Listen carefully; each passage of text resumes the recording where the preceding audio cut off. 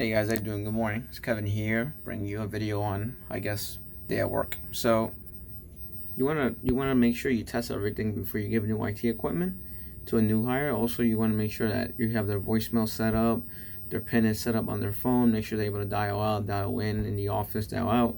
I have a new hire, like I set up her phone already. It's all the way down here, and basically, I'm gonna test the phone real quick. I should be able to call myself. 5870. That works. Call outside 347-68. This is my phone number.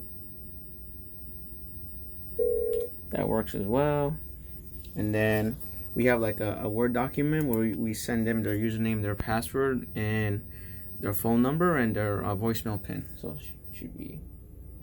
Let me close out this. Enter your PIN followed by pound. 456-987. Welcome to Cisco Unity Connection. Please take a moment to personalize or update your settings. Alright, so now we know her phone is good. Her email is good. I'm just waiting for the IT equipment and we should be good to go. And then that's it. That's pretty much it. And then when the IT equipment comes in, I'll install everything. So her account is created already. Everything's set up. I just need an image for a computer and we should be good to go. Anyway, guys, hope you guys have a good day. Later. Peace.